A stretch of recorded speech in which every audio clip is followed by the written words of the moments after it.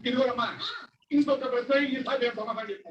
Okay, ఒక auto driver no issue ఇస్తున్నారు. అతని గ్రూప్ కూడా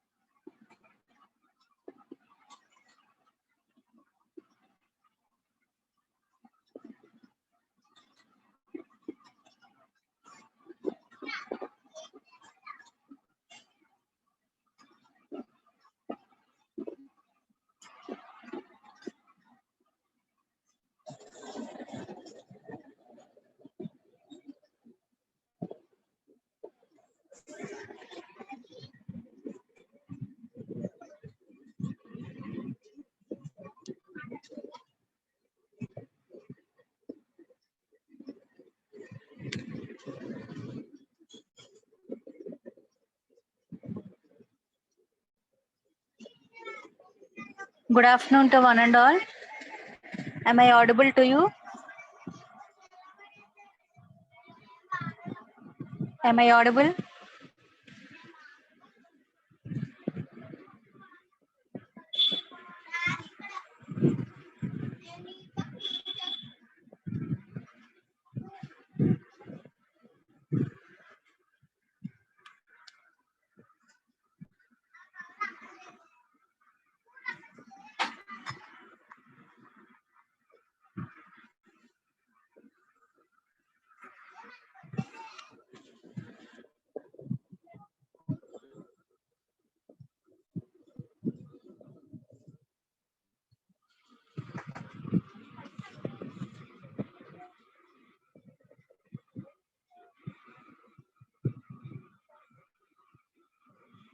Okay.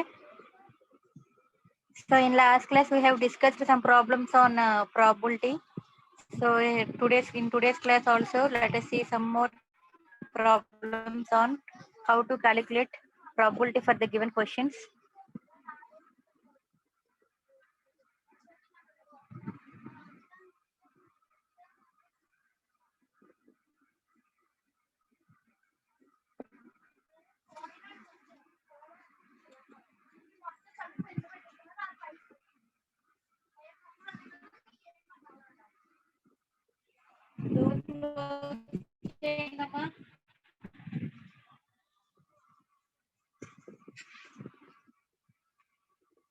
So we have discussed the statement and meaning in terms of set theory. So A union B, A intersection B, A bar intersection B bar. ఈ table already explain చేశానమ్మా. So ఈ table base చేసుకుని మనకి remaining problems ఉంటాయి అన్నాను. అందులో ఈ problem explain చేశాను, contractor problem explain చేశాను. సో నెక్స్ట్ సెకండ్ వన్ చూడండి. If A and B are events with P, probability of A equal to 3/8 అంట, probability of B equal to 1/2, probability of A and B equal to 1/4, find probability అంటే P of A bar intersection B bar అంటండి. P of A bar intersection B bar calculate చేయాలి. So we can write P of A bar intersection B bar can be written as P of A union B whole bar గా రాయొచ్చండి. Okay, P of A intersection A bar intersection B bar ని ఎందుకంటే ఈ రెండింటికి bar నేను ఏకి బికి bar ఎట్లా bar indicate చేస్తున్నాను అంటే ఇట్ ఈస్ రివర్స్ అయిపోద్ది అనమాట. ఇంటర్సెక్షన్ కాస్త యూనియన్ అయిపోద్ది అనమాట. So P of A intersection B bar ని P of A union B whole bar గా రాయొచ్చమ్మా. So P of A bar ఉంటే మనం ఏం రాస్తున్నాం, 1 - P of A అని రాస్తున్నాం కదా. So P of A bar తో కంపేర్ చేయండి, 1 - P of A కదా. So 1 - P of A union B. So 1 - P of A union B అంటే మనకి ఫామ్ తెలుసు కదండి, P of A plus P of B minus P of A intersection B. ఇది గుర్తుండాలి, edition theorem నుంచి రాస్తున్నాం కదా. P of A union B equal to P of A plus P of B minus P of A intersection B. So 1 - P of A నా దగ్గర ఉంది value 3/8, P of B ఉంది 1/2, P of A intersection B also here 1/4. So simplifying these equation will get the value 3/8. That is probability of A bar intersection B bar. A intersection B అంటే both the events occur అని చెప్పా టేబుల్లో. A intersection B అంటే both events are occur అన్న. A intersection B ఉంది కానీ వాటికి బార్లు ఉన్నాయి అంటే ఏ బారు అక్కర్ అవ్వలేదు, బి బార్ అక్కర్ అవ్వలేదు అని చెప్పాలండి. ఏదర్ ఏ నార్ బి అక్కర్ అని చెప్పి రాస్తాం అనమాట. అంటే స్టేట్మెంట్ లో మనం చూపించిన ప్రకారం అయితే. సో రెండు అక్కర్ అవ్వడానికి ఛాన్స్, అక్కర్ అవ్వదు అనడానికి ఛాన్స్ ఎంత ఉంది, 3/8 ఛాన్స్ ఉందన్నమాట. ఓకే, రెండు probability of A intersection B అంటే 1/4, రెండు ఈవెంట్లు అక్కర్ అవుతాయి అనడానికి ఛాన్స్ 1/4 ఉంటే రెండు ఈవెంట్స్ అక్కర్ అవ్వవు అనడానికి ఛాన్స్ 3/8 ఉందండి. Okay, next 3 newspapers A, B and C are published in a certain city. It is estimated from a survey that of the adult population అంటే పెద్దవాళ్ళు అడల్ట్ అంటున్నాను, లేడీ అని జెంట్ అని చెప్పడం లేదు, అడల్ట్స్ 20% రీడ్ పేపర్ ఏ అంట, 16% read paper B అంట, 14% read both sorry 14% read C అంట పేపర్. ఓకే, 8% అంట ఏబి రెండు రీడ్ చేస్తారంట. అలాగే 5% అంట ఏసీ రీడ్ చేస్తారంట. 4% అంట బి అండ్ సి రీడ్ చేస్తారంట. ఓకే, అన్ని నీకు ఇచ్చిన డేటా ఎప్పుడు కూడా ఆన్సర్ లో అంతా రానందుకు 2 మార్క్స్ ఇస్తాడండి. అలా ఉంటది. ఇవన్నీ ఎవడు రాస్తాడని అనుకోకుండా చక్క డేటా అంతా రాయండి. Let A and B, let A B and C B the events that a person reads the newspapers అని చెప్పి ఏబిసి రెస్పెక్టివ్లీ అనుకుందాం. Okay, we're given that probability of A newspaper చదవడానికి ఎంత మంది చదువుతున్నారు? 20% చదువుతున్నారు. సో 20% అంటే out of 100 లో 20 మెంబర్స్ చదువుతున్నారని అర్థం, అంతే కదా. So probability of A newspaper ఏకి ఎంత ఉందండి? 20/100. అలాగే probability of B 16/100, probability of C 14/100. So ఇంకా ఏమన్నాడు? 2 పేపర్లు చదువుతున్నారు ఏ అండ్ బి, బోత్ అన్నప్పుడు ఏమన్నా ఇంటర్సెక్షన్ వస్తుందన్న. So P of A intersection B equal to 8% కాబట్టి 8/100. మళ్ళీ A and C both A and C read చేస్తున్నారంటే P of A intersection C equal to 5/100. అలాగే B and C P of B intersection C equal to 4/100. 2% అంట మొత్తం 3 papers read చేస్తున్నారంట. అంటే P of A intersection B intersection C equal to 2/100. అయితే what percentage read at least 1 of అన్నాడండి. At least 1 of అన్నప్పుడు ఏ union B అంటే అర్థం ఏ గాని లేదా బి గాని ఎట్లీస్ట్ ఒక్కటైనా అక్కడ వద్దని అర్థం కదా. యూనియన్ అంటే ఇంటర్సెక్షన్ అంటే అన్ని అని చెప్పాను కదా. యూనియన్ అంటే ఏదైనా ఒక్కటైనా అక్కర అవ్వాలని కదా మీనింగ్. స్టేట్మెంట్ లో చెప్పాను పైన. సో ఆ విధంగా P of 3 newspapers read చేస్తున్నారు. అట్లీస్ట్ ఒక్క న్యూస్ పేపర్ అయినా రీడ్ చేసే వాళ్ళు ఎంతమంది అంటున్నాడు. అట్లీస్ట్ అన్నప్పుడు P of A union B union C కనుక్కుంటే సరిపోతుందండి. సో నాకు ఉన్న వాల్యూలన్నీ రాసుకున్నా. ఇచ్చిన డేటా ప్రకారం ఇక్కడ నుంచి ఇక్కడ దాకా మనం అంత డేటా ప్రకారం రాస్తే గివెన్ ప్రాబ్లం వీ హ్యావ్ అని చెప్పి మనం డేటా అంతా రాసినప్పుడు చక్కగా 2 మార్క్స్ ఎంతో ఇస్తాడండి డేటా అంతా రాసినందుకు. So by the addition theorem for 3 events, యాక్చువల్గా ఎడిషన్ థీరం మనం 2 ఈవెంట్స్ కి చేసాం కదా. P of A union B అంటే P of A plus P of B minus P of A intersection B అని 3 ఈవెంట్స్ కి పెడుతున్నాడు అంతే. So A union B union C ఏమవుతుంది? P of A plus P of B plus P of C, A intersection B ఒకసారి, ఏ intersection C ఒకసారి, B intersection C ఒకసారి, 3 కలిపిన intersection ఒకసారి, plus P of A intersection B intersection C.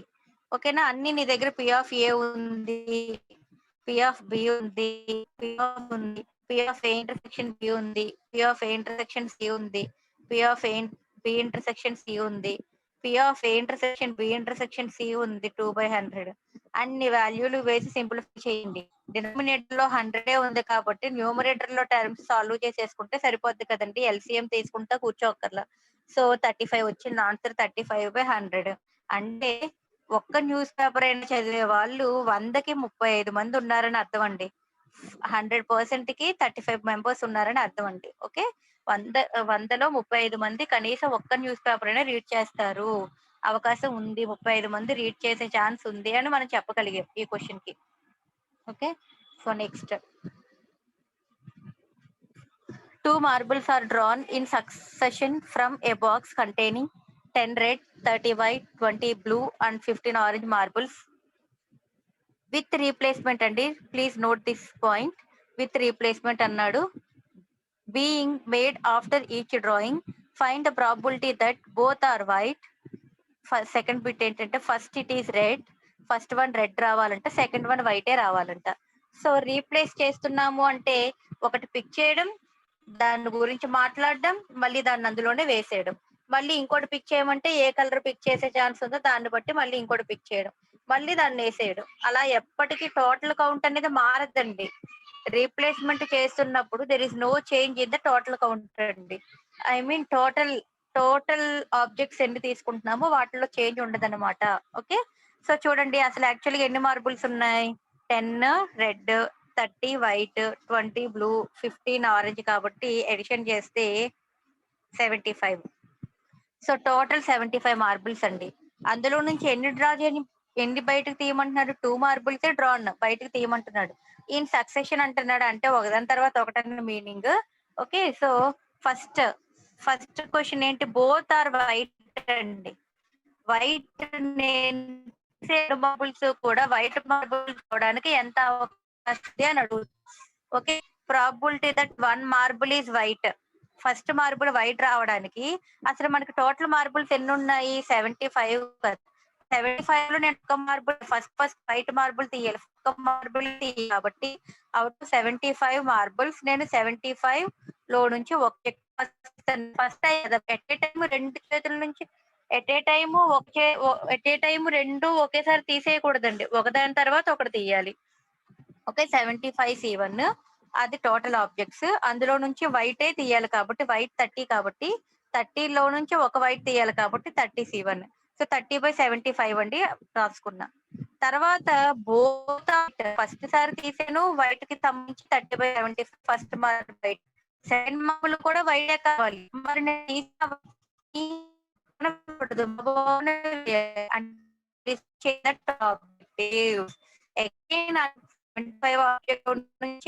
ఒకటి pick చేస్తాను, అంటే 75 marble నుంచి పిక్తున్నాను, మళ్ళీ వైట్ వెళ్ళిపోతుంది, వైట్ వేస్తాను కదా. So 30 C1. So again it is also same value 30/75. ఒకవేళ రీప్లేస్ చెయ్యొద్దు అన్నాడు అనుకోండి, అప్పుడు ఏం చేస్తాం? 74 ఉండేవి మన దగ్గర, 30 వైట్ లో నుంచి ఒక వైట్ తీసాను కదా, 29 వైటే ఉండేదన్నమాట. ఇలా రాసుకునే వాళ్ళం. రీప్లేస్మెంట్ చెయ్యండి అన్నాడు కదా, ఎప్పుడు కూడా టోటల్ ఆబ్జెక్టివ్ మారదు. Okay, so again second marble కూడా వైట్ వచ్చే chance 30/75. So probability that both are white marbles రావడానికి ఫస్ట్ సెకండ్ కాబట్టి సక్సెషన్ కాబట్టి ఇలా ప్రొడక్ట్ లో చూపిస్తా ఉంటే 30/75 × 30/75 సింప్లిఫై చేసుకోవడమే. సెకండ్ బిట్ ఏమడిగాడు? First is red and second is white అంట. ఇప్పుడు మన దగ్గర టోటల్ ఆబ్జెక్టివ్ 75 ఉన్నాయి.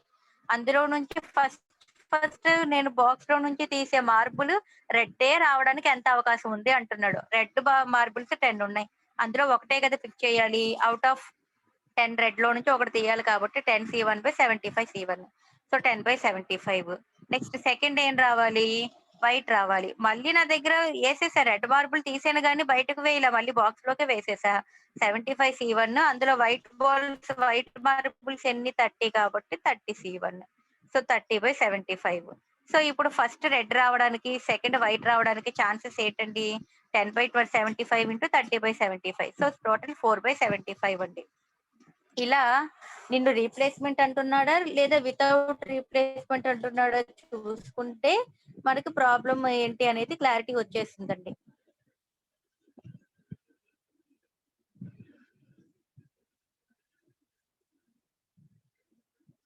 Next, A problem in mathematics is given to 5 students. ఒక ప్రాబ్లం ఇచ్చాడంటమ్మా, ఒక 5 స్టూడెంట్స్ కి ఒక మ్యాథమెటిక్స్ లో ఏదో ఒక ప్రాబ్లం ఇచ్చారు సాల్వ్ చేయమని. Okay, they chances of solving వాళ్ళు సాల్వ్ చేయడానికి ఎంత అవకాశం ఉంది, వాళ్ళకి ఎంత ఆన్సర్ సాల్వ్ చేసే ఛాన్స్ ఉంది అని అంటే ఒకళ్ళకి ఒక ప్రాబిలిటీ ఇచ్చేసాడు. 1/2, 1/3, 1/4, 1/5, 1/6 అని ఇచ్చాడండి. What is the probability that the problem will be solved? Problem solve కి ఛాన్స్ ఉంటుంది అంటే వీడు ఒక్కొక్కడికి ప్రాబ్లం చేయగలను, ప్రాబ్లం చేయడానికి ఇంత ఛాన్సెస్ ఉన్నాయని ఇచ్చాడండి. అసలు ఆ లెక్క సాల్వ్ అవ్వాలి అంటే ఎంత ఛాన్స్ ఉందో మనం ఓవరాల్ గా చెప్తున్నాం అనమాట.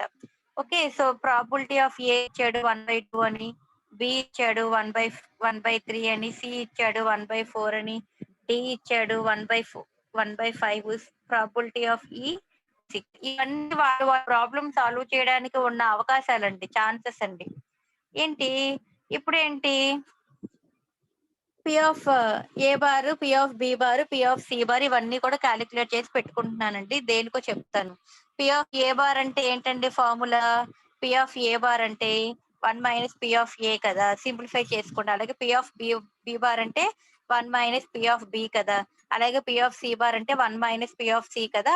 ఆ ఫార్ములా ప్రకారం క్యాలిక్యులేట్ చేసుకుని ఉంచండి అలాగా. ఇప్పుడు మనకేంటి, అసలు the problem is solved if at least one of them should be able to solve it. అసలు మనకి ఆ లెక్క సాల్వ్ అవుతుందా అవ్వదా అని చెప్పాలి అంటే ఇంతమంది స్టూడెంట్స్ కి ఇచ్చాం, 5 స్టూడెంట్స్ కి ఇచ్చాం. ఆ 5లో కనీసం ఒక్కడైనా ఆ లెక్కను సాల్వ్ చేసాడు అనుకోండి, ఆహా మనం ఇచ్చిన లెక్కకి సొల్యూషన్ ఉంది, సాల్వేషన్ చేయగలము అని మనకి క్లారిటీ వస్తుంది కదా. ఇచ్చిన 5లో ఏ ఒక్కడైనా ఆన్సర్ చేసి చూపించాడు అనుకోండి, ఓకే ప్రాబ్లమ్ ఈ సాల్వ్డ్ అన్న విషయం మనకు తెలుస్తుంది కదా. సో అది తెలుసుకోవడం కోసం ద ప్రాబ్లమ్ ఈ solved if at least one of them అన్నప్పుడు ఏం చెప్పానండి, ఏ యూనియన్ బి ఫామ్ లో రాయాలని చెప్పాను కదా, అట్లీస్ట్ 1 అక్కర అవ్వాలంటే. సో అందుకే at least one of them solved కాబట్టి పి ఆఫ్ అంటే ఉన్న 5లో A union B union C union D union A B C D E మొత్తం 5 కదా. సో ప్రాబిలిటీ ఆఫ్ ఇలా రాసుకున్నాను, ఇలా రాసానండి. సో ఇప్పుడు పి ఆఫ్ ఏ తో కంపేర్ చేయండి. పి ఆఫ్ ఏని 1 minus P of A bar గా రాయొచ్చు కదండి, అంతే కదా. 1 minus P of A bar. So 1 minus P of A bar అంటే ఇదంతా కదా, హోల్ బార్ పెట్టేశాను. సో హోల్ బార్ యూనియన్లు ఉన్నాయండి లోపల, పైన హోల్ బార్ ఉందండి. సో దాన్ని ఎలా రాయొచ్చు, 1 మైనస్ పి ఆఫ్ ఏ బార్లు విడివిడిగా రాసేస్తున్నాను. యూనియన్ కి బార్ ఉందండి, యూనియన్ కూడా బార్ అప్లై అయినప్పుడు ఇంటర్సెక్షన్ గా రివర్స్ అయిపోద్ది కదా. So 1 minus P of A bar intersection B bar intersection C bar intersection ఇలా రాసేస్తున్నానండి.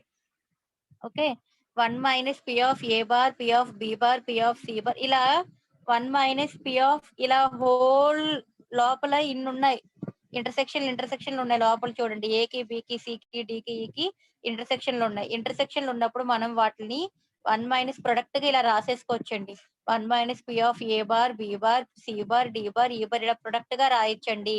ఎప్పుడైనా ఇలా ఇంటర్సెక్షన్ కాంబినేషన్ ఎక్కడైనా కనబడితే దాన్ని నువ్వు ప్రొడక్ట్ కాంబినేషన్ లో రాయొచ్చు.